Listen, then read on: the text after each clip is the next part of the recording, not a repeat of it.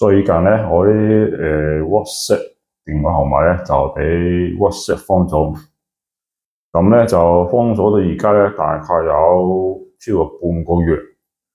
咁 WhatsApp 咧呢個號碼咧，我已經用咗超過4-5年。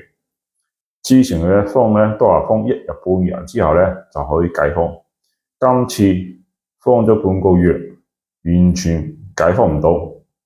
影響到我哋正常嘅工作。呢個 WhatsApp 咧，問佢點解要封啊？原因點樣啊？完全冇人答覆你哋。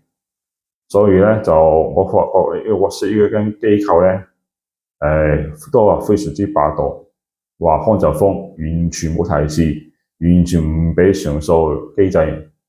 我想問大家啦，香港除咗用 WhatsApp 之外，你哋會用咩方法同啲朋友溝通啊？大家可以分享下點樣溝通方法會好啲。WhatsApp 呢樣嘢對我哋一般打工仔咧都冇咩大分別咧，但係對於做生意咧就經常用嘅，可能呢個原因所以就被封咗。咁歡迎大家溝通下，分享下點樣可以解鎖，或者係用咩其他方法再聯絡。OK。